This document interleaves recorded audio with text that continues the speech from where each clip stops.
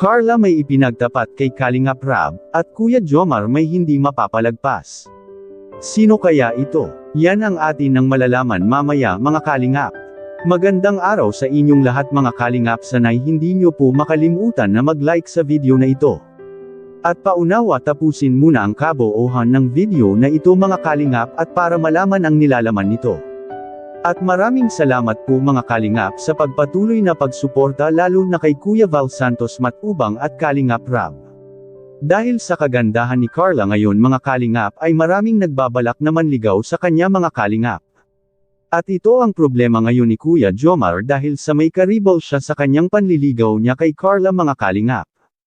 At bagay na hindi susuko ni Kuya Jomar dahil sa kanyang ipinahayag kamakailan na may gagawin siya patungkol sa mga nagbabalak kay Carla mga Kalingap.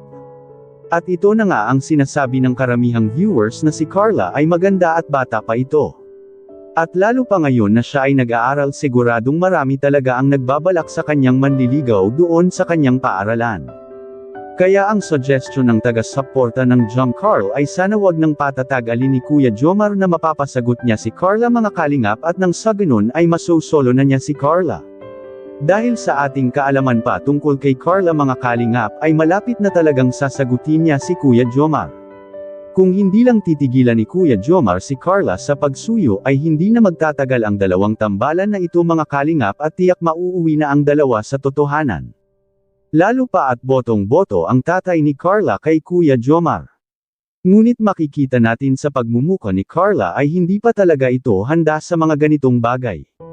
At napahanga naman ang karamihan sa tatay ni Carla dahil sa kanyang ibinigay na suporta para kay Kuya Jomar. Bihira lang ang mga magulang na papayag sa isang manliligaw lalo pa pag alam niya na bata pa ang kanyang anak at may mga pangarap pa itong kailangang tapusin. Lalo na ngayon na wala ng problema patungkol sa pag-aaral ni Carla. Dahil ang pinaka-pinangarap talaga ni Carla ay ang makapagtapos siya sa kolehiyo at makahanap ng trabaho sa ibang bansa. At nakapagdesisyon na si Carla na ang kukunin niyang kurso ay ang nursing student dahil sa ito ang gusto ng tutulong sa kanya na makapagtapos siya ng nursing mga Kalingap dahil sa in-demand ito sa ibang bansa lalo na sa bansang Amerika. Kaya kung makapag-graduate man si Carla ng nursing ay hindi na mahihirapan si Carla na maghanap ng trabaho dahil sa may tutulong na kaagad sa kanya. At matutuloy lang ang lahat ng iyon kung si Carla ay makapagtapos talaga siya ng kolehiyo.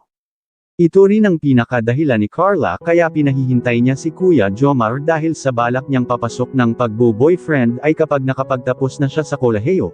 Napakaganda ang naisip ni Carla mga Kalingap para sa kanyang sarili dahil sa tinitiyak at gusto niyang makasigurado sa isang bagay na papasukin niya na hindi siya mabibigo sa bandang huli, at Kuya Jomar may hindi mapalalagpas. Sino kaya ito?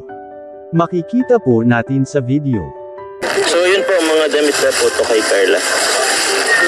Thank you po. Coach! Ito gagawin ko sa'yo.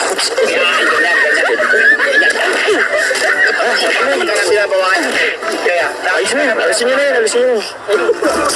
Tara, wala po tayo. Hindi nasunog sa'yo. Kinakain niya na